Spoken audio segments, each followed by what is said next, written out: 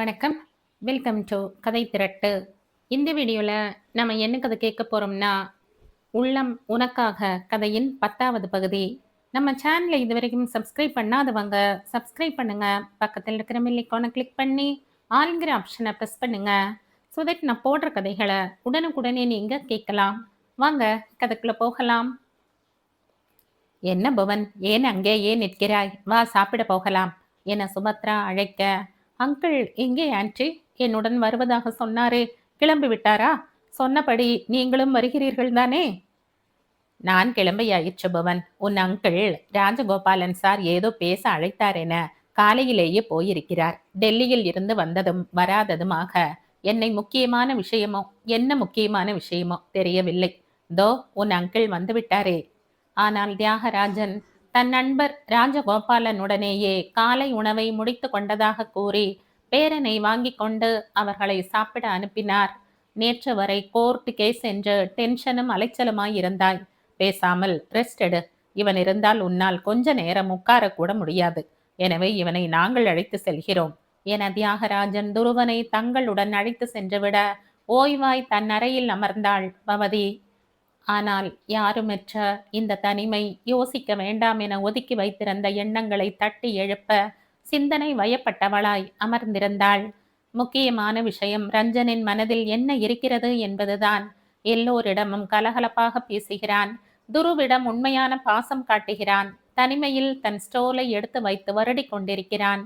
இத்தனை செய்பவன் தங்கள் வாழ்வை பற்றி அவளிடம் பேசவே தயாராக இல்லை என்பது அவளை தளர்ச்சியடைய செய்தது. மகனின் எதிர்காலத்தை கருத்தில் கொண்டாவது தன்னிடம் வந்து பேசுவான் என்றுதான் நினைத்திருந்தாள் பவதி. ஏன் அவளை முன்பு முடிவு செய்து வைத்திருந்ததுதானே. துரு பள்ளிக்கு செல்ல தொடங்கிய பின் மற்ற குழந்தைகளின் அப்பாக்களை பார்த்துவிட்டு தன் அப்பா எங்கே என கேட்க ஆரம்பித்தால் அவன் தந்தை யார் என்று மறைக்காமல் சொல்லி 10 வயது தாண்டிய பின் நேரில் போய் சந்தித்து விட்டு வா என அனுப்பி வைப்பதாகத்தானே இருந்தாள். அப்பாவும் மகனும் சந்தித்து பேசட்டும். பிறகு அவளும் சந்தித்து பேசி சூழ்நிலைக்கு தக்க முடிவை எடுத்து கொள்ளலாம். அதற்குள் ரஞ்சன் விவாகரத்து வாங்கி கொண்டு வேறு திருமணம் செய்து கொண்டால் கூட மகனிடம் அதையும் மறைக்காமல் சொல்லித்தான் வளர்க்க வேண்டும் என வலியோடு சிந்தித்து திட்டமிட்டிருந்தாள். ஆனால் அதற்கெல்லாம் அவசியமே இல்லாமல் இப்பவே துருவை பற்றி ரஞ்சன் அறிந்து கொண்டான். இனி என்ன செய்வதாக இருக்கிறான்? ஒருவேளை ரெஜிஸ்ட்ரேஷன் வேலை முடிந்த பிறகு தன்னிடம் பேசுவானோ என்கிற எதிர்பார்ப்பு எழவே செய்தது. ஆனால் திரும்பி வந்த பின் மற்றவர்களுடன் கலகலப்பாக அரட்டையடித்து கொண்டிருந்தவனை பார்த்தபோது அப்படியோர் எண்ணமே அவனுக்கு இருப்பதாக தோன்றவில்லை. எரிச்சலும் ஏமாற்றமும் மிகுந்தன அவளிடத்தில். இந்த சித்தி கூட ஏன் இப்படி இருக்கிறார்கள்? துருவ் அவனை அப்பா என்று அழைப்பதை கேட்ட பிறகு அதை பற்றி தன்னிடம் கண்டிப்பாக விசாரிப்பார் என்றல்லவா எண்ணியிருந்தாள். அப்படி கேட்டால் யாரை அப்பாவென அழைக்கிறானோ அவரிடமே உங்கள் விசாரணையை வைத்து கொள்ளுங்கள் என ரஞ்சனை நன்றாக மாட்டிவிட்டு அவன் என்ன செய்கிறான் என வேடிக்கை பார்ப்போம். கலகம் பிறந்தால்தான் தீர்வு கிட்டும் என காத்திருந்தால் சித்தி அதை பற்றி கண்டு கொள்ளாதது அவளுக்குள் குழப்பத்தையும் கோபத்தையும் உண்டு பண்ணியது. தன் சலனத்தை கொஞ்சம் கூட காட்டிக்கொள்ளாமல் இயல்பாக இருப்பது போல் காட்டிக்கொள்வதில் வேறு முழு கவனத்தையும் செலுத்த வேண்டியிருந்தது. இந்த அழகில் சுபத்ரா வேறு அவளிடம் வந்து, பாவம் துரு என்று அரவிந்த் தன் மகனை அழைத்து வந்திருந்தானா? அவள் அவனை அப்பா அப்பாவென அழைப்பதை பார்த்து இவனும் தன்னை தூக்கி வைத்து கொண்டும் விளையாடி கொண்டும் இருக்கும் புவனை போய் அப்பா என்கிறான். பார்ப்பவர்கள் என்ன நினைப்பார்கள்? பிள்ளைக்கு அப்பா ஆசை வந்து விட்டது. அந்த ஆசை ஏக்கமாக மாறும் முன்பே உன் பிடிவாதத்தை எல்லாம் மூட்டை கட்டி போட்டுவிட்டு பிள்ளையை அவன் அப்பாவுடன் சேர்த்து வைக்கும் வழியை பார் என அட்வைஸ் செய்யவும் தலையில் அடித்து கொள்ளலாம் போல இருந்தது பவதிக்கு. அப்பாவை அப்பாவென அழைக்கிறான். இது புரியாமல் இந்த சித்தி வேறு படுத்துகிறார்களே. உள்ள உர நொந்து போனவளை மறுநாள் சுபத்ரா சொன்ன செய்தி மேலும் நிலை குலைய செய்தது. துரு புவனனை அப்பா என அழைப்பதை கண்டு உள்ளூர குதூகலித்தாலும் வெளியே வேண்டுமென்றே மகளை சீண்டிவிட்டு திருப்தியோடு கீழே இறங்கி வந்த சுபத்ரா புவனன் சொன்ன தகவலை கேட்டு திடுக்கிட்டார். கவலையோடு தியாகராஜனை தேடி சென்றவர், ராஜ், புவன் நாளை மும்பை கிளம்புகிறானாம் என்றார். நாளையே வா என அவரும் தன் பங்கிற்கு திகைத்தார். நானும் இதையேதான் கேட்டேன். வந்த வேலைதான் முடிந்து விட்டதே என ஒரு மாதிரி கூறுகிறான். எனக்கு என்னவோ அவனுக்கு பவதி மீதுள்ள கோபம் குறையவில்லை என்றே தோன்றுகிறது. சிங்கப்பூரில் இருந்து திரும்பிய தொழில் அதிபருடன் நாளை சந்திப்பு இருக்கிறதாம். அதை முடித்து கொண்ட பின் கிளம்புகிறானாம். தியாகராஜன் தீவிர சிந்தனையில் ஆழ, இப்ப என்ன செய்வது ராஜ் என ஆலோசனை கேட்டார் சுபத்ரா. இருவருமே மற்றவரால் பெரிதாக காயப்பட்டிருக்கிறார்கள் போல. இருவரில் யாராவது ஒருவர் பிடிவாதத்தை விட்டு இறங்கி வந்தால்தான் இந்த பிரச்சனைக்கு தீர்வு கிட்டும். உங்கள் பெண் இறங்கி வருவாள் என எனக்கு தோன்றவில்லை என உதட்டை பிதுக்கினார் சுபத்ரா. குறுக்கும் நெடுக்கும் நடந்த தியாகராஜனிடம் 2 பேரையும் உட்கார வைத்து நாமே பேசி புரிய வைக்கலாம் ராஜ் என்றார். நின்று சுபத்ராவை பார்த்து தலையசைத்தார் தியாகராஜன். அது அவ்வளவு சுலபம் அல்லம்மா. அது மட்டுமல்ல, காலை ராஜகோபாலனை பார்க்க சென்றிருந்தேனே. என்ன விஷயம் தெரியுமா? 2.5 வருட பிரிவிற்கு பிறகான முதல் சந்திப்பில் கூட ஒருத்தரை ஒருத்தர் அறியாதவர் போல நடித்தார்கள் என நீ புலம்பினாயே. அதற்கு முன்பே கடற்கரையில் அவர்கள் சந்தித்திருக்கிறார்கள். என் யூகத்தின்படி பவதியை அன்று காப்பாற்றியது கூட புவனாகத்தான் இருந்திருக்க வேண்டும். அவர்களின் முக பாவனைகளை கொண்டே ராஜகோபாலன் உண்மையை புரிந்து கொண்டாராம். புவனரஞ்சன் தான் உங்கள் மாப்பிள்ளை என சொல்லத்தான் அழைத்தாராம். இருவருக்குமே ஒருவர் மீது ஒருவர் அன்பிருக்கிறது. அதைவிட பிடிவாதம் ஜாஸ்தி இருக்கிறது என்கிறார். நாம் பேசப்போனால் அதை அவர்களே விரும்ப மாட்டார்கள் சுபத்ரா. அவர்களாகத்தான் உணர வேண்டும். எனக்கு நம்பிக்கை இல்லை. எனக்கு இருக்கிறது சுபா. இப்போது என்ன? நாளை நைட் தானே புவன் கிளம்புகிறான். அதற்குள் அவனே பவதியிடம் பேசக்கூடும் அல்லவா? ஒருவேளை பேசவில்லை என்றால்? முறுவலுடன், நீ பவதியை சீண்டிவிடு. ரஞ்சனை பிரிந்திருப்பது கஷ்டமாயிருக்கிறது என்று நம்மிடமே அழுதவள்தானே. நாளை அவனை மீண்டும் பிரிய போகிறோம் என தெரிந்தால் அந்த அதிர்ச்சியில் அவளை புவனனிடம் பேசலாம் அல்லவா என்றார். பேசக்கூடும் என நம்பிக்கையற்று இழுத்தவர், இது எதுவுமே நடக்காவிட்டால் புவன் பாட்டிற்கு தனியே மும்பை கிளம்பிவிட்டால்? அப்படி போனான் என்றால் 1 வாரம் விட்டு விடுவோம். எப்படியும் கொஞ்ச நாள் பவதியை பார்த்து கொண்டு இங்கு தங்கி இருக்கிறான். மகனுடன் நன்றாக பழகிவிட்டான். வீம்பில் தனியே கிளம்பி சென்றாலும் அந்த தனிமை நாம் பேசி புரிய வைக்க முடியாத விஷயங்களை புரிய வைத்துவிடும். கண்டிப்பாக இருவரையும் மிஸ் பண்ணுவான். 1 வாரம் கழித்து நாம் இருவரும் நேரிலேயே பேசுவோம். பேசி புரிய வைத்து சேர்த்து வைத்து விடுவோம். என்னை நம்பு சுபா. அவர்கள் அன்பு அப்படியேதான் இருக்கிறது எனும்போது கண்டிப்பாக சேர்த்து வைத்து விடலாம் என்றார் தியாகராஜன் உறுதியோடு. அதன் பிறகுதான் பாரம் குறைந்து லேசானார் சுபத்ரா. மறுநாள் தொழில் ரீதியிலான சந்திப்பிற்காக புவனரஞ்சன் சீக்கிரமே கிளம்பி சென்றுவிட சுமார் 11 மணி அளவில் சித்தியை தேடிக்கொண்டு வந்த பவதி அவர் கிச்சனில் இருப்பதைக் கண்டு, அட சித்தி, இன்று சமையல் நீங்களா என வியப்புடன் கேட்டவாறே மேடை மீதிருந்த தக்காளியை எடுத்து உருட்டினாள். மகளை கூர்ந்தவாறே, ஆமாம்மா, இன்று நைட் புவன் மும்பை போகிறான் இல்லையா? இனி எப்ப வருவானோ? அதான் மதியத்திற்கு அவனுக்கு பிடித்ததாய் விருந்து சாப்பாட்டுக்கு ஏற்பாடு செய்கிறேன் என்றார். ஒரு கணம் பவதியிடமிருந்து பதில் வரவில்லை. லேசாக திரும்பி அவருக்கு முகம் காட்டாமல் மறைத்தவள் தக்காளியை நிதானமாக மேடை மீது வைத்துவிட்டு திரும்பவும் அவளது முகத்தை பார்த்த சுபத்ரா ஏமாற்றமடைந்தார். தோளை குலுக்கி, சரி, உங்கள் வேலையை நான் கெடுப்பானேன் என்றவளை நம்ப முடியாமல் பார்த்தவர், பவதி, புவன் மும்பை போகிறான் என்று சொன்னேன் என்றார் மீண்டும். சோ வாட் சித்தி, வந்த வேலை முடிந்தால் கிளம்பத்தானே வேண்டும் என சகஜமாய் கூறிவிட்டு கிச்சனில் இருந்து அகன்றவளை முறைத்து பார்த்தார். அழுத்தக்காரி, முகத்தில் கொஞ்சம் கூட காட்டிக்காமல் யாரோ ஒருவர் எங்கோ கிளம்புவதைப் போல பேசிவிட்டு செல்வதை பார் என உள்ளூர அர்ச்சித்தபடி வேலையை தொடர்ந்தவருக்கு சொல்லி வைத்தது போல வேலை முடிந்தால் கிளம்பத்தானே வேண்டும் என இருவருமே சொன்னது நினைவு வந்தது. வார்த்தை பிரயோகத்தில் கூட என்னவோர் ஒற்றுமை. என்ன செய்வது? ஈகோவிலும் அல்லவா அதே ஒற்றுமையை காட்டுகிறார்கள் என பெருமூச்சு விட்டார். சித்தியிடம் எதையும் காட்டிக்கொள்ளாமல் சமாளித்து விட்டாலும் தன் அறைக்கு வந்தவுடன் பவதிக்கு அழுகையும் ஆத்திரமும் பொங்கின. முடிவு செய்து விட்டானா? அவளை விட்டு மும்பை கிளம்புவதாக முடிவை செய்து விட்டானா? சரி, அவளையாவது விட்டு விடலாம். குழந்தை, அவனுக்காகவாவது ரஞ்சன் தன்னிடம் பேசுவான் என எதிர்பார்த்தாளே. அன்று தலைவலி என்றதும் பதறியதும் தன் ஸ்டோலை வருடியபடி அமர்ந்திருந்த காட்சியும் நினைவு வர ஒன்று மட்டும் தெளிவாய் புரிந்தது. ரஞ்சனுக்கு தன் மீதான காதல் இன்னமும் செத்துவிடவில்லை. ஆனால் அவளாக இறங்கி வந்து நாங்களும் உன்னோடு வருகிறோம் என சொல்ல வேண்டும் என எதிர்பார்க்கிறான் என தெளிவாய் தெரிந்தது. கேட்டு விடுவோமா என்று கூட ஒரு கணம் தோன்றியது. ஆனால் அடுத்த கணமே அவர்கள் இடையில் 1000 பிரச்சனைகள் இருக்கட்டும், அதற்காக துருவையும் அவன் ஒதுக்குவது என்ன நியாயம்? அவளை ஒதுக்கியதை கூட மன்னித்து விடலாம். ஆனால் அவளோடு சேர்த்து மகனையும் அல்லவா ஒதுக்கி அலட்சியப்படுத்திவிட்டு மும்பை கிளம்புகிறான். அதை எப்படி மன்னிப்பது?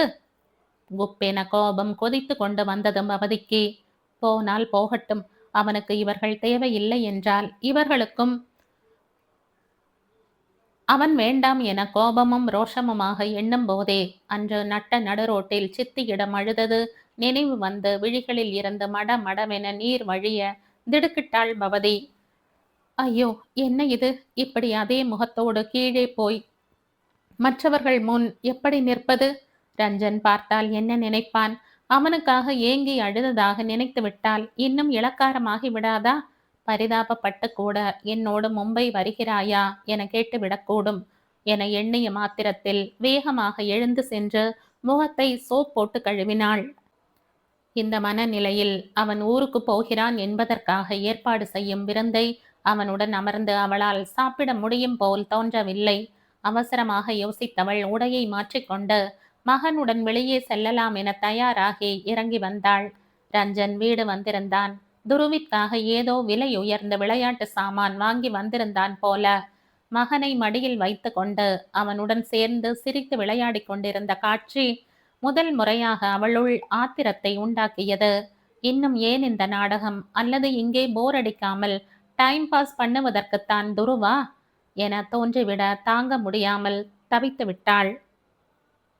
4 அடி தள்ளி நின்றபடியே, கண்ணா, துருவ் செல்லம், அம்மா கிட்ட வாமா என மென் குரலில் கைகளை விரித்து அழைக்கவும் ரஞ்சனின் மடியில் இருந்து திரும்பி பார்த்தான் துருவ். வரமாட்டேன் என்று விடுவானோ என ஒரு கணம் பயந்து போனாள் பவதி. புது பொம்மையுடன் விளையாடும் ஜோரில் வரமாட்டேன் என்று விட்டால் என்ன செய்வது? இப்போது அதை அவளால் தாங்கவே முடியாதே என சஞ்சலப்பட்டவள் தான் அழைத்த மறுகணமே தந்தையின் மடியில் இருந்து இறங்கி ஓடி வந்து மா என மகன் காலை கட்டி கொண்டு அண்ணாந்து பார்க்கவும் நெஞ்சம் நெகிழ மகனை அள்ளி தூக்கி அணைத்து கன்னத்தில் முத்தமிட்டாள். அம்மா, நானும் என துருவும் பதிலுக்கு முத்தம் தர முறுவலோடு அவன் கன்னத்தை வருடியபடி டாட்டா போலாமா கண்ணா என கேட்டாள் பவதி. ஆ என குஷியான துருவ். அப்பா என ரஞ்சனை நோக்கி கை காட்டவும் அவனையும் அழைத்து போக விரும்பும் மகனின் உத்தேசம் புரிந்தாலும் புரியாதது போல அவனிடம் வேறு பேசியபடியே வெளியே வந்து விட்டாள் பவதி. கார் ஓடத் தொடங்கிய பின் அரவிந்த் தன்னை திரும்பி பார்த்து எங்கே என கேட்காமல் கேட்கவும் ஒரு கணம் யோசித்தாள். வீட்டில் இருக்க முடியாமல் கிளம்பியாயிற்று. எங்கே போகலாம் என யோசித்தவளுக்கு சௌமியாவின் நினைவு வந்தது. இந்த வாரம் நைட் டியூட்டி என்பதால் வீட்டில்தான் இருப்பாள். போகலாமா என தோன்றிய போதும் வினோவும் வீட்டில் இருப்பான், அவர்கள் பிரைவசியை கெடுப்பதா என தயக்கம் தோன்றியது. சரியாக அதே வினாடி பவதியின் செல் ஒலிக்க எடுத்து பார்த்தவள் சட்டென முகம் மலர்ந்து ஆன் செய்து சொல் சௌமி என்றாள். என்னது? ஆமாப்பா, வெளியே இருக்கிறேன், இப்பத்தான் வீட்டில இருந்து கிளம்பினேன் என்றாள். மறுமுனையில் சௌமியா, ஓ அப்படியா என்றாள் ஏமாற்றத்தோடு. தொடர்ந்து, இல்லைடி, லஞ்சுக்கு உன்னை அழைக்கலாமென்னு நினைத்தேன், காலையே சொல்லாததற்கு சாரிடி, மதியம் மெனு உனக்கு பிடித்தது, அதை பேச்சுவாக்கில் வினுவிடம் சொன்னேனா? அப்படி என்றால் பவதியை கூப்பிட்டு பார், ஃப்ரீயாக இருந்தால் வருவாள் என்றார் என இழுக்கவும், ஃப்ரீயாக இல்லாவிட்டாலும் நீ அழைத்து வர மாட்டேன் என சொல்வேனா? நேராக அங்கேயே வருகிறேன். தேங்க்ஸா, உதைப்படுவாய் என மிரட்டியபடி செல்லை ஆஃப் செய்தாள். உடுக்கை இழந்தவன் கை போல என வள்ளுவர் சொன்னதுதான் எவ்வளவு சரி. எங்கே போவது என தடுமாறிய சமயத்தில் நான் இருக்கேன் உனக்கு என்பது போல சௌமியாவின் அழைப்பு. இந்த உண்மை நட்பை விட வேறென்ன பெரிது இந்த உலகத்தில் என மனம் கசிந்தாள் பவதி. துருவுடன் சேர்ந்து கொண்டு தானும் ஒரு குழந்தையாய் ஓடி ஆடி விளையாடி கொண்டிருந்த சௌமியாவை புன்னகையோடு பார்த்தவாறே பவதியும் வினோத்தும் பேசிக் கொண்டிருந்தனர். அவனை சாப்பிட வைப்பதற்கு 1 மணி நேரம் ரன்னிங் ஜாக்கிங் என தன்னை ட்ரில் எடுப்பவன் இன்று சௌமியாவிடம் சமர்த்தாய் சாப்பிடுவதை கண்டவளுக்கு மகன் மீது செல்ல கோபமும் சிரிப்பும் ஒருங்கே மூண்டது. பின் மூவருமாக மதிய உணவை முடித்தனர். வினோத் சௌமியாவின் கலகல அரட்டையிலும் கூடவே துருவின் விஷமத்திலும் சிரிப்பிலுமாக பவதியின் லேசான சோர்வுடன் கூடிய அமைதி பெரிதாக கவனிக்கப்படவில்லை. உணவை முடித்த பின்பு ஹாலில் அமர்ந்திருக்கையில் ஹாஸ்பிட்டலில் நடந்த ஜோக் ஒன்றை சௌமியா சொல்ல வினோத் அடக்க முடியாமல் நகைக்க, பவதி புன்னகை செய்யும் போதே செல் சிணுங்க. சித்திதான் என்றபடியே ஆன் செய்தவள். ஆமாம், சௌமி லஞ்சுக்கு இன்வைட் செய்திருந்தாள். ஆமாம் சித்தி, நான் சாப்பிட்டு விட்டேன், காத்திருக்க வேண்டாம், மூவரும் சாப்பிட செல்லுங்கள் என பட்டும் படாமலும் சுருக்கமாக பேசிவிட்டு காலை டிஸ்கனெக்ட் செய்ய விளையாடியவாறே வினோத் மடியில் தூங்கிவிட்ட துருவை தூக்கம் கலைந்து விடாமல் கவனமாய் தூக்கியவாறே, ஆன்ட்டியும் அங்கிளும் தானே மூவர் என்கிறாய், யாராவது கெஸ்டா என இயல்பாக கேட்டபடி துருவை படுக்க வைக்க அறை நோக்கி நடந்தாள் சௌமியா. நான் கூட கேட்க வேண்டும் என்று நினைத்திருந்தேன் பவதி. லாஸ்ட் 2 டைம்ஸும் உன் வீட்டுக்கு வந்தபோது ஒருத்தர் இருந்தாரே, நல்ல டால் அண்ட் வெரி ஹேண்ட்ஸம், அவர் நட்பா உறவா? உன் சித்தப்பா கூட புவனன் என்று சொன்னார் என தன் போக்கில் வினோத் இயல்பாக கேட்டுவிட, அறை நோக்கி சென்ற சௌமியாவின் நடை அப்படியே நின்றுவிட, திரும்பிய பவதியை பார்த்தாள் அவள். பவதியும் விதிர் விதிர்த்து போனவளாக சௌமியாவை பார்த்தாள். வினோத் கவனிப்பதைக் கண்டதும் சட்டென விரல்களில் பார்வையை தழைத்து, அது வந்து என் சித்தியோட ஃப்ரெண்டோட சன் என்றாள் தடுமாற்றமாக. அப்போ நட்பென்று சொல் என்றான் வினோத். பதில் சொல்லாமல் மீண்டும் சௌமியாவை பார்த்த பவதி அவள் கையில் இருந்த துருவை குறிப்பாய் பார்த்து தன்னையும் நோக்கி முறைக்கவும், ரஞ்சனை நட்பென சொன்னதற்குத்தான் இந்த முறைப்பென புரிந்தவளாக உதடு கடித்து பார்வையை மீண்டும் தழைத்தாள். துருவை படுக்க வைத்து தலையணைகளை அணைவாய் வைத்துவிட்டு வெளியே வந்தவள், வினோ இந்தா லிஸ்ட், இந்த சாமான்களை சற்று வாங்கி வா ப்ளீஸ் எனவுமே பவதிக்கு புரிந்து போயிற்று. இப்போதேவா? என அழுத்து கொண்டவன் மனைவியின் தீர்க்கமான பார்வையில் அடங்கி, சரி சரி என அரை மனதாக கிளம்பினான். அவன் கிளம்பி சென்ற பின் அவள் அருகே அமர்ந்து, இப்போது சொல் என்றாள் சௌமியா அமைதியாக. அவளை சமாளிப்பது கடினம் என புரிந்த போதிலும் என்ன சொல்ல வேண்டும் என அஸ்வாரஸ்யம் போல பவதி கேட்கவும், பவதி என அதட்டினாள் சௌமியா. முதலில் சற்று திரும்பி என் முகத்தை பார்த்து உட்கார். இப்ப சரி, இப்போது சொல். வினோ புவனன் என்றாரே, அது புவன ரஞ்சன் தானே? அவர்தானே வந்திருக்கிறார், சொல்லுடி என கண்டிப்புடன் கேட்டவளுக்கு கை கடிகாரத்தின் டயலை வருடி கொண்டிருந்த தோழியின் மௌனமே பதிலை சொல்லிவிட, பவதி இங்கே பார், என் முகத்தை பாரேன், இது நல்ல விஷயம்தானேடி, என்னிடம் ஏன் சொல்லவில்லை? சொல்லாததை வைத்து பார்த்தால் உனக்கு புவனனிடம் இன்னும் கோபம் குறையவில்லை போல தோன்றுகிறதே. துருவிற்காவது பழசையெல்லாம் மறந்துவிடுபவதே. புவனன் உன்னிடம் பேசினாரா? என்ன சொன்னார் என ஆவலுடன் படபடக்க, அதுவரை போட்டிருந்த திரை விலக, அவருக்கென்ன, சித்தி சித்தப்பாவிடம் கலகலப்பாக அரட்டை அடிக்கிறார், சிரிக்கிறார், சித்தியிடம் திருமணம் ஆகாதவர் என்பது போல சொல்லி வைத்திருக்கிறார். அவருக்கு சித்தியும் சித்தப்பாவும் பெண் பார்க்க போகிறார்களாம். துருவுடன் மணிக்கணக்கில் விளையாடுகிறார். ஆனால் என்னிடம் என்றவளின் ஆத்திர குரல் சட்டென உடைய, என்னிடம் நீ நினைத்தது போல எதையும் பேசவில்லை. என்னிடம் அவர் பேசிய தருணங்களை விரல் விட்டு எண்ணிவிடலாம் என்றவளின் குரல் நடுங்கியது. பவதி என திகைத்தாள் சௌமியா. அப்படியென்றால் புவனரஞ்சன் தான் உன் ஹஸ்பண்ட் என்னும் உண்மை இன்னும் உன் வீட்டுக்கு தெரியாதா என பிரமிப்புடன் வினவினாள். அவரும் காட்டிக்கொள்ளவில்லை, நானும் சொல்லவில்லை என்றவளின் பார்வை நிராசையுடன் அந்த ஹாலில் இங்கும் அங்கும் அலைந்தது. தனியாக சந்தித்த போது கூட புவனன் உன்னை தன்னுடன் வரும்படி அழைக்கவில்லையா என கவலையுடன் கேட்டாள் சௌமியா. இல்லை என்பது போல தலை அசைத்தவளின் விழிகள் கலங்க, அதற்கு நேர்மாறான கோபத்தோடு, என்னை விடு சௌமி, குழந்தை என்ன செய்தான் பாவம், அவனுக்காகவாவது சேர்ந்து வாழலாம் என அழைப்பார் என்று எதிர்பார்த்தேனே.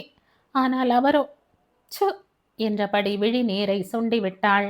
ஆறுதலுடன் அவளது கரங்களை பற்றி தட்டி கொடுத்த சௌமியா, அப்படியே அவர் அழைத்தால் நீ செல்ல தயார் அப்படித்தானே என யோசனையோடு வினவ, கூடவே மன்னிப்பும் கேட்டால் மட்டுமே என்றாள் உறுதியாக பவதி.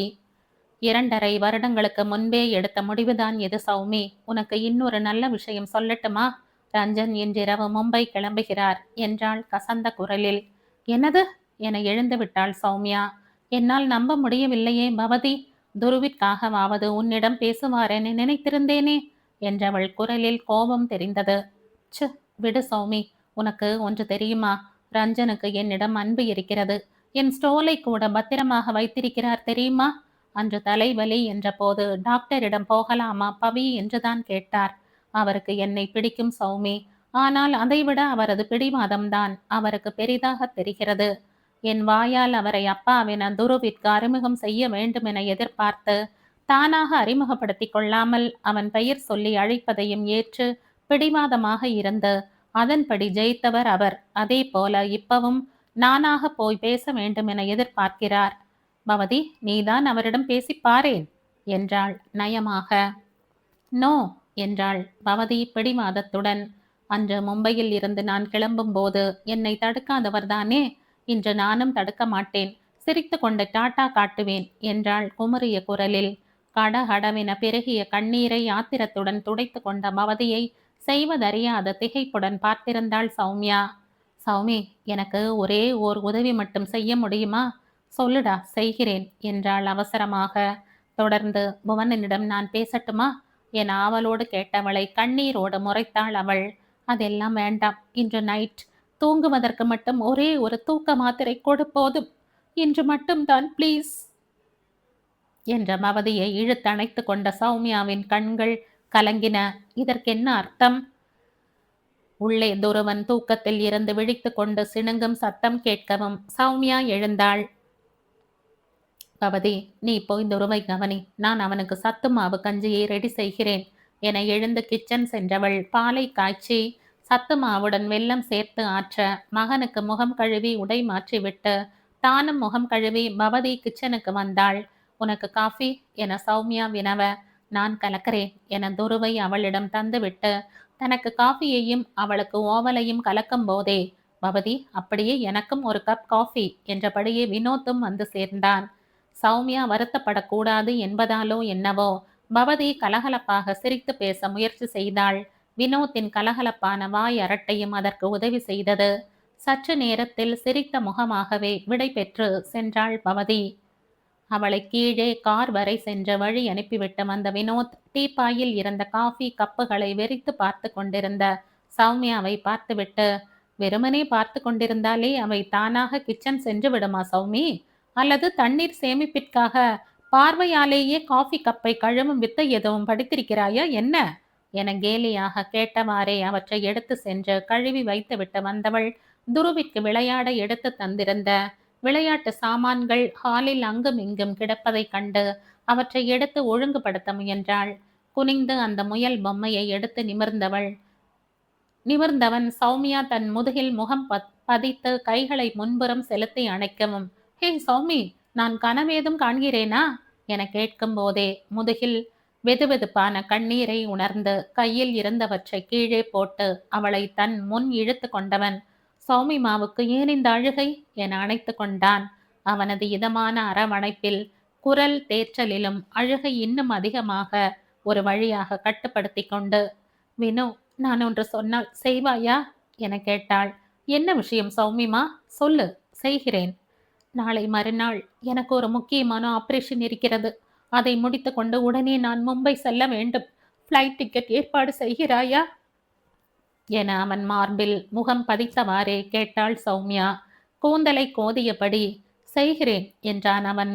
தொடர்ந்து யாரை பார்க்க போகிறாய் என நான் அறிந்து கொள்ளலாம் என்றால் சொல் சௌம், இல்லை என்றாலும் பரவாயில்லை என்றான் இதமாக.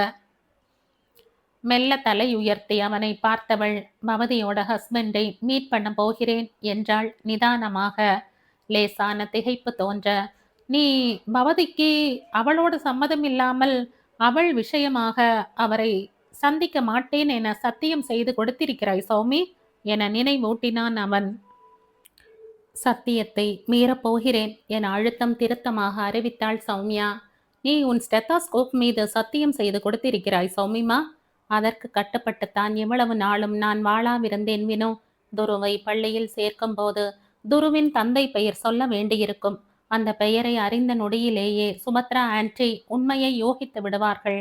அதன் பின் இருவரையும் எப்பாடு பட்டேனும் சேர்த்து வைத்து விடுவார்கள் என்ற நம்பிக்கையில்தான் இவ்வளவு நாட்களும் சும்மா இருந்தேன். ஆனால் என தொண்டையை அடைக்க பேச்சை நிறுத்தினாள்.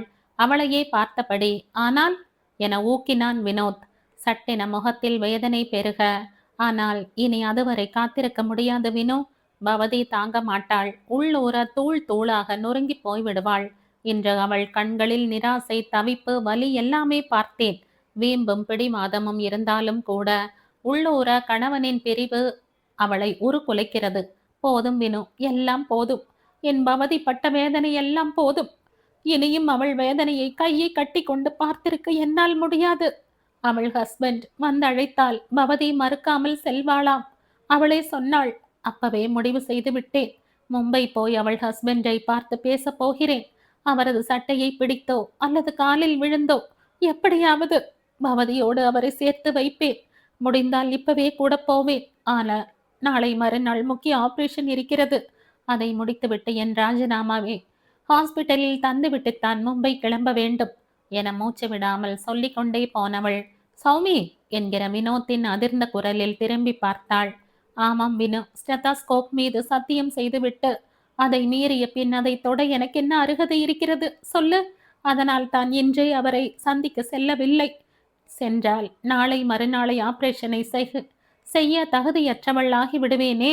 எனவே தான் ஆபரேஷனை முடித்துவிட்டு மருத்துவ தொழிலுக்கே முழுக்கு போட்டுவிட்டு மும்பை கிளம்ப போகிறேன் என்றவளின் தோளை பற்றி உலுக்கினான் வினோத். பைத்தியமா உனக்கு?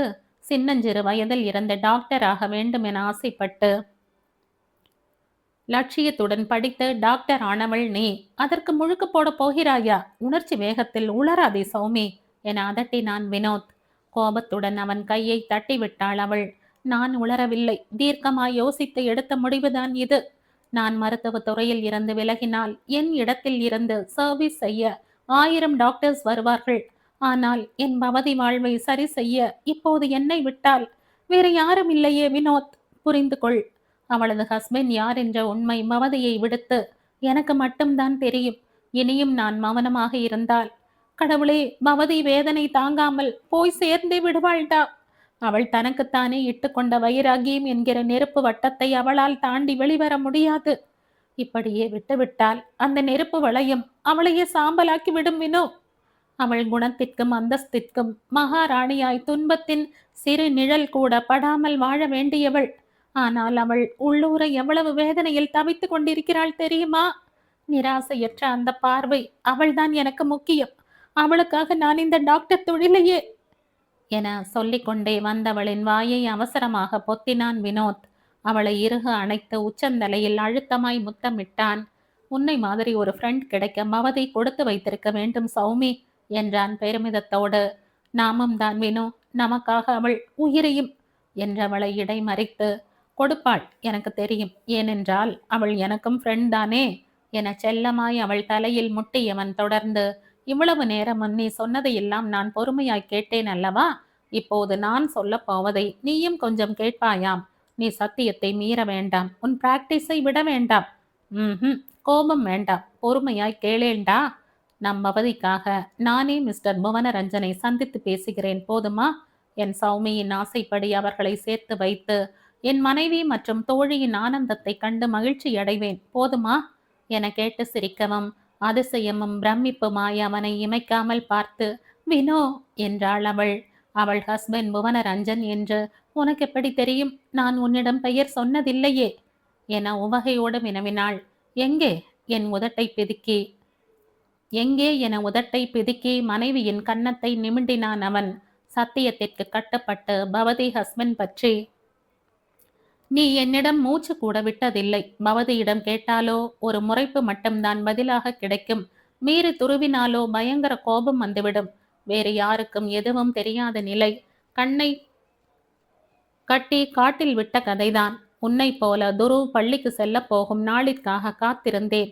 ஆனால் என வேண்டுமென்றே நிறுத்த, ஆனால் சொல்லுவினும் என மலர்ந்த முகத்தோடு ஆர்ப்பரித்தாள் சௌமியா.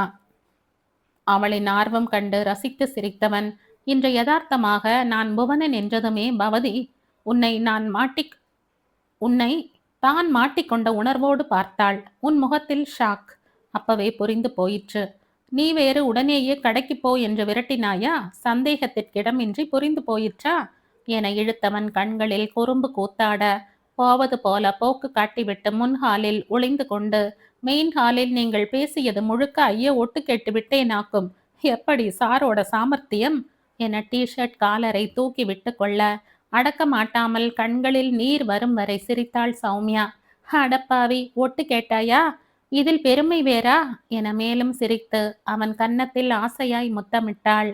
ஐயோ, ஒட்டு கேட்டதற்கா இந்த பரிசென்றால் அவர்களை சேர்த்து வைத்தால்?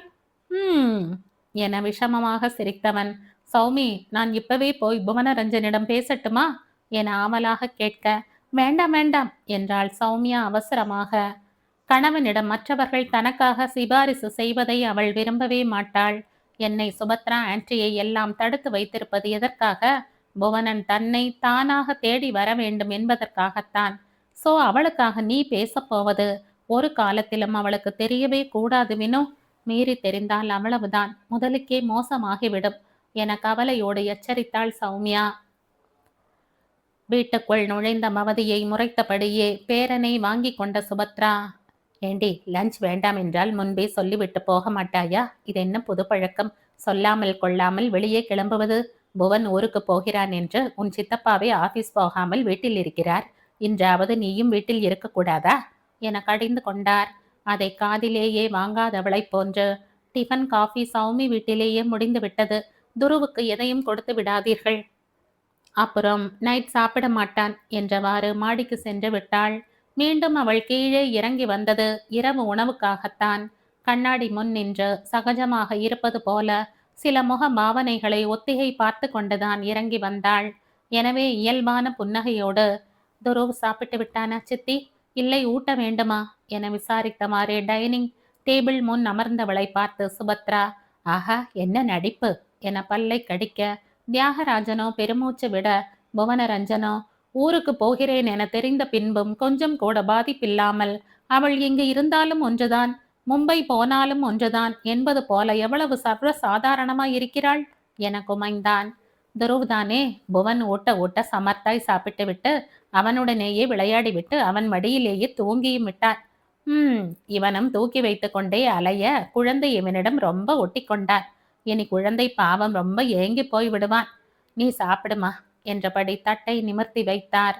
அதான் விட்டுட்டு போவதென முடிவு செய்து விட்டானே, பிறகேன் பாசக்காரன் போல இந்த வேஷமாம் என எரிச்சலுடன் நினைத்தபடி சாப்பிட ஆரம்பித்தாள் மவதி.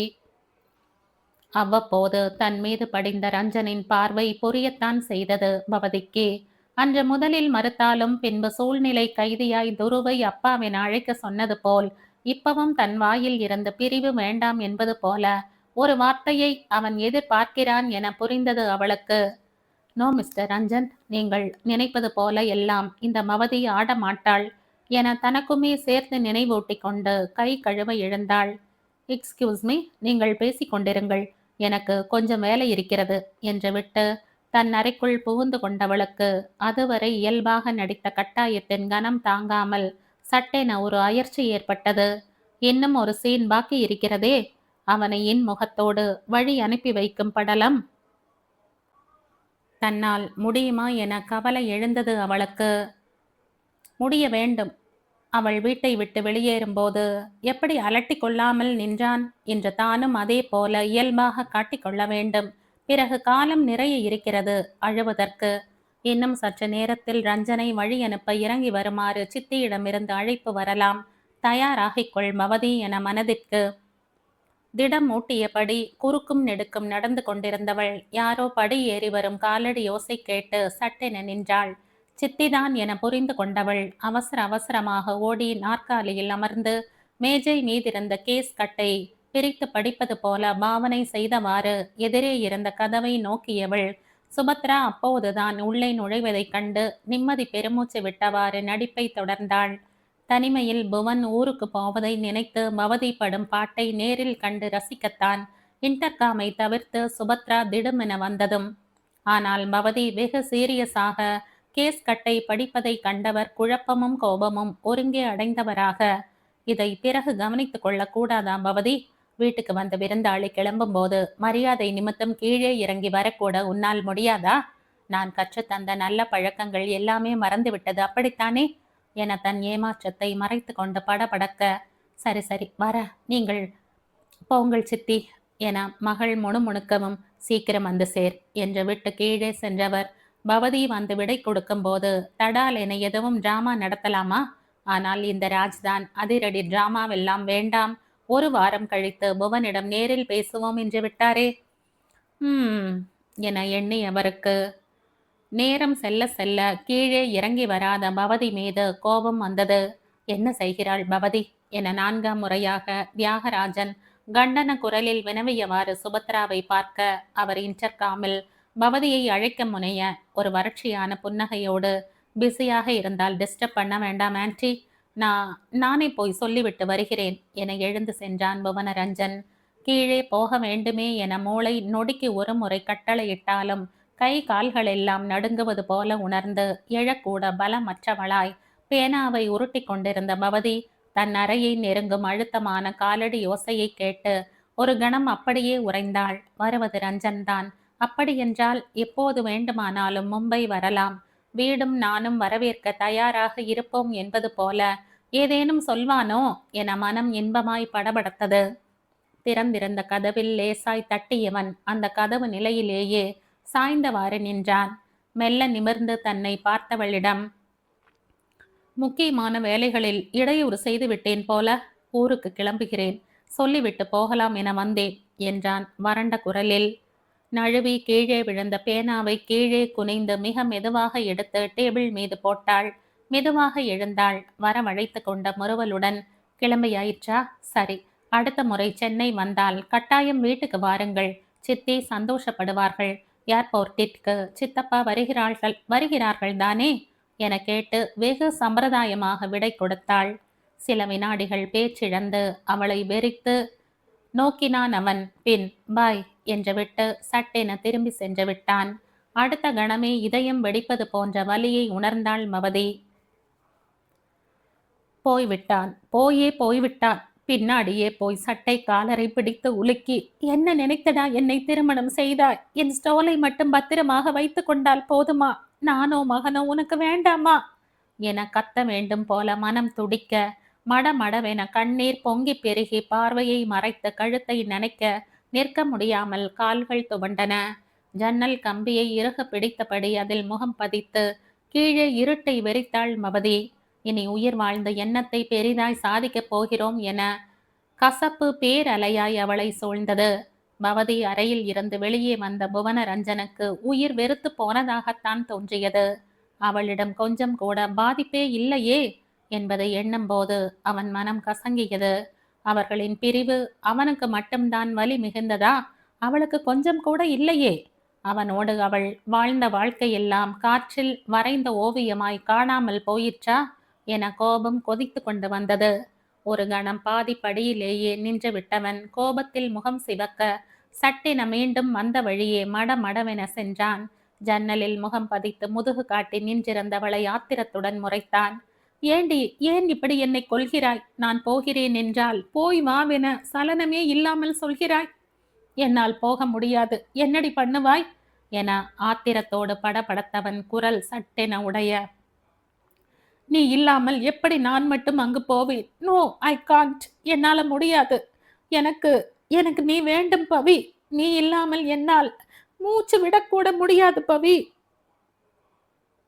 உனக்கு ஏன் பவி இது புரியவில்லை? பணத்தாசை என குற்றம் சாட்டி தானாக முடிவெடுத்து கிளம்பி சென்றவள். தானாக வர வேண்டும் என்கிற வைராங்கியத்தோடு தான் இத்தனை நாட்கள் நடைப்படமாய் நகரத்தில் வதைப்பட்டேன். உயிர் வரை வலி தந்த போதும் கூட உயிரை விட தன்மானமும் சுய கௌரவமும் பெரிதென்றுதான் இவ்வளவு நாள். ஏன் இப்போதும் கூட நினைக்கிறேன். ஆனால் இப்ப என் தன்மானம் சுய கௌரவம் எல்லாவற்றையும் விட எனக்கு நீதான் பவி வேண்டும். திரும்ப மும்பையில் அந்த வீட்டில் தனிமையில் என்னால் முடியாது பவி. நினைக்கும் போதே செத்து விடலாம் போல தோன்றுகிறது. ஓகே, இப்ப நான் என்ன செய்தால் நீ என்னோடு வருவாய் பவி? சொல்லு, அப்படியே செய்கிறேன். சொல்ல வேண்டாம், எனக்கே தெரியும். நான் மன்னிப்பு கேட்க வேண்டும், அவ்வளவுதானே.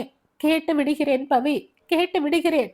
தயவு செய்து நீ என்னை என சொல்லிக்கொண்டே போனவன், ஐயோ வேண்டாம் என்கிற வீரிடலோடு ஓடி வந்து தன் வாயை பொத்திய மனைவியை கண்டு திகைத்தான். விழி நீர் ஆராய் பெருகி வழிய, வேண்டாம் வேண்டாம் வேண்டாம் என அவனை இறுக அணைத்து மார்பில் முகம் புதைத்து அடிபட்ட பறவையாய் கதறி தீர்த்தாள் பவதி. எதுவும் பேசவா எழாமல் தன்னிடம் ஓடி வந்த மனைவியை இறுக அணைத்தவன் கண்களிலும் கண்ணீர் பெருகியது. அன்று அவனை பிரிந்த நொடி முதல் இன்று அவன் அணைப்பில் சரண் புகுந்த நொடி வரை தான் பட்ட துன்பங்கள் அனைத்தும் படமாய் நினைவு வர, அழுகை கட்டுப்படுத்த முடியாத பெரு வெள்ளமாய் பொங்கிப் பெருகி வர, கதறி கதறி நிறுத்த முடியாமல் அழுது கொண்டே இருந்தாள் பவதி. இறுக அணைத்தபடி எங்கே அவளை சமாதானப்படுத்த வாயை திறந்தாள். தானும் கதறி விடுவோமோ என பயந்தபடி அவள் தோளில் முகம் பதித்தபடி அப்படியே நின்றிருந்தான் அவளின் ரஞ்சன். தன் தோளில் வெதுவெதுப்பான சூட்டை உணர்ந்து சட்டென நிமிர்ந்து அவன் முகத்தை கையில் ஏந்தியவளுக்கு அவனது கண்ணீரைக் கண்டு மேலும் வலி எழுந்தது. அழாதீர்கள் ரஞ்சன் என கேவல்கள் இடையே சொன்னவள் தன் முந்தானையால் அவன் முகத்தை துடைத்து விட்டாள். பின் எம்பி அவன் இரு கன்னத்திலும் முத்தமிட்டு அவனையே இமைக்காமல் பார்த்திருந்தவளின் பார்வையை கண்ணீர் மீண்டும் மறைத்தது. அவள் முகத்தை தவிப்புடன் கையில் ஏந்தி, பவிமா, பவி, இனி என்னை விட்டு பிரிய மாட்டாயே? துருவ் தப்பு செய்தால் அவனை விட்டு போய்விடுவாயா? மாட்டாய்தானே? அம்மா இல்லாதவள் பவி நான். உன்னை விட்டால் எனக்கு வேறு யார் இருக்கிறார்கள் என வினவவும் தன் நேச நெஞ்சை யாரோ கசக்கி பிழிவதைப் போல உணர்ந்தவளாக, தப்புதான் ரஞ்சன், ரஞ்சன், ரஞ்சன், நான் எதையும் கோர்வையாய் சொல்ல முடியாமல் அழுகையில் திக்கி தவிக்க, வேண்டாம்டா வேண்டாம் என நெஞ்சோடு இறுக அணைத்து கொண்டான் ரஞ்சன். நெஞ்சை பிளக்கும் விம்மலுடன் பவதியின் கண்ணீர் தொடர அழுகையை அடக்க அவளுக்கு சக்தி இல்லை என உணர்ந்தவனாக முதுகை வருடியபடி நின்றிருந்தவன் மெல்ல மெல்ல அவள் அழுது சோர்ந்து பெரும் பலகீனமுற்று தன் கையில் இருந்து நழுவுவதை உணர்ந்து அவளை இறுக அணைத்து பிடித்து கொண்டான். சுற்றமுற்றும் பார்த்தவன் தண்ணீர் எதுவும் அந்த முன் அறையில் இல்லாததைக் கண்டு பாக்கெட்டில் இருந்த செல்லை எடுத்து சுபத்ராவுக்கு கால் செய்தான். ஆனால் அவனாலுமே பேச முடியும் போல தோன்றவில்லை. பல்லை கடித்து தன் அழுகையை அடக்கி கொண்டிருந்தவன் தொண்டையும் இறுகி இருந்தது. எனவே இரண்டாவது ரிங்கிலேயே காலை கட் செய்து